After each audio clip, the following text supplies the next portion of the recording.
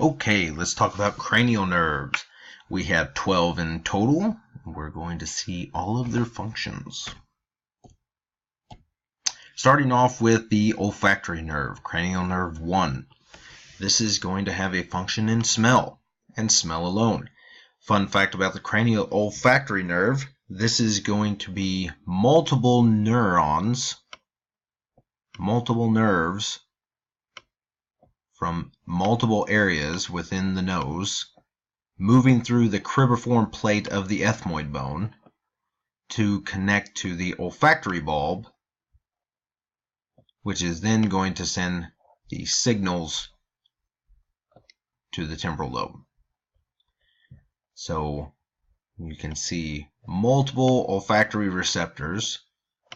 These neurons will connect and combine to move through cribriform plate to the olfactory bulb, down the olfactory tract to the temporal lobe. But olfactory nerve functions in smell. The optic nerve functions in vision, and vision alone. We'll see how light will pass through the retina to the posterior portion of the retina, where it will then connect with rods and cones, move through a couple layers of neurons, and then come to the part of the retina which we can see, looking through an ophthalmoscope. These nerves, these axons, will then collect in a particular area known as the blind spot in a portion of the eye, and all these axons will then collect and create the optic nerve. Okay, so optic nerve, cranial nerve 2, vision. Oculomotor, we have 3 cranial nerves that focus on movement of the eye. The first is oculomotor. So movement of the eyeball, we have multiple muscles that will help move, but we also control the diameter of the pupil. We will see this when we get to special senses for sure, and the sympathetic versus parasympathetic system. So oculomotor, movement of the eye, and control of the size of the pupil. Trochlear, cranial nerve 4, simply movement of the eyeball. We control one muscle. Trigeminal, sensation from the face, so detecting touch from different areas of the face, as well as muscles of mastication, so opening and closing of the mouth. So we sense what is on our face as well as chew by trigeminal nerve, cranial nerve 5. Abducens, cranial nerve 6, again, simply movement of the eyeball. So we control one muscle, the lateral rectus. This is what helps us look to our lateral side. Facial is going to be cranial nerve 7. This is going to detect taste from the anterior 2/3 of the tongue. We'll see the posterior 1/3 in a little bit, but anterior 2/3 of the tongue.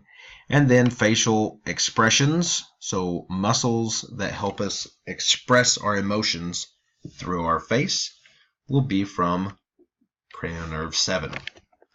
Cranial nerve 8, we have 2 branches. We have hearing and balance. This creates the vestibulocochlear nerve. So the cochlear branch is hearing, vestibular branch is balance. And we'll take a look at this in chapter 17 with special senses. Glossopharyngeal, cranial nerve 9. This is where we get the posterior 1/3 of the tongue for detecting taste, as well as swallowing coming from here, so controlling muscles of the throat. And we will also see detection of blood pressure through carotid body. We'll talk about that when we get to the autonomic nervous system as well. So glossopharyngeal, taste, swallowing, and blood pressure. Vagus nerve. Okay, cranial nerve 10.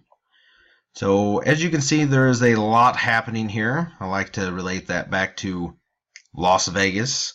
So Las Vegas, there is a lot happening, and the vagus nerve itself has a lot happening. So we have some general sensations from the larynx and pharynx, or the throat and the voice box. Speech, swallowing, as well as gag reflex. We also have functions in heart rate, respiratory rate, and gastrointestinal functions. So digestive functions also happening here. Okay, so the glossopharyngeal will detect blood pressure, whether it's too high or too low. If it's too low or if it's too high, the vagus nerve can tell the heart to calm down, and it will slow the rate of which it is contracting, which will then lower blood pressure. Accessory nerve, cranial nerve 10 or 11, I apologize. Movement of the head and shoulders. So a test would be for shoulder shrug. So the accessory nerve is going to control the sternocleidomastoid muscle and the trapezius muscle. And then hypoglossal, so below the tongue. Glossal is tongue, hypo below. This is the cranial nerve 12, so movement of the tongue. So if you stick your tongue straight out, this is from the hypoglossal. A way to test if there is any damage to the hypoglossal, if you stick your tongue straight out and it moves to one side or the other, the side it moves to is the damaged side.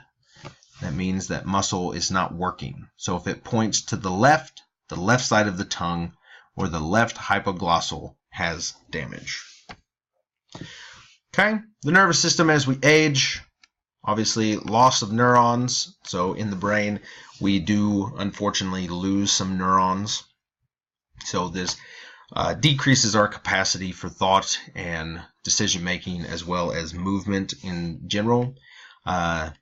So we lose capacity for sending signals to and from the brain. Processing information becomes harder. Velocity decreases. Just all around, we start to deteriorate and degenerate. So some disorders: stroke, the cerebrovascular accident. This is where we have hemorrhage, blood clots, plaques. So this is going to limit blood flow to a particular area, which will cause neurons to die. We have transient ischemic attack, or TIA. This is kind of a small or mini stroke, as they're known as. So episode of temporary cerebral dysfunction from impaired blood flow. Alzheimer's disease, so senile dementia. This is where we have loss of reasoning, memory ability, and the ability for anybody to care for themselves, unfortunately, because of degeneration of the neurons. This is a homunculus. I know it's pretty crazy looking, but this is to show and represent sensation from different areas of the body. So we have a large amount of sensory receptors in the fingers and the hands, the toes and the feet, the lips, the face, the ears in general. So those areas are exaggerated. As you can see on the trunk and the arm, not quite as many receptors, so it's not represented as large. This is laid out along the sensory area, so the post-central gyrus of the parietal system, of the parietal lobe. Okay, so it shows large area for the hand and fingers, large area for the lips, the nose, not quite as large of an area for the trunk of the body and the leg. And that is it.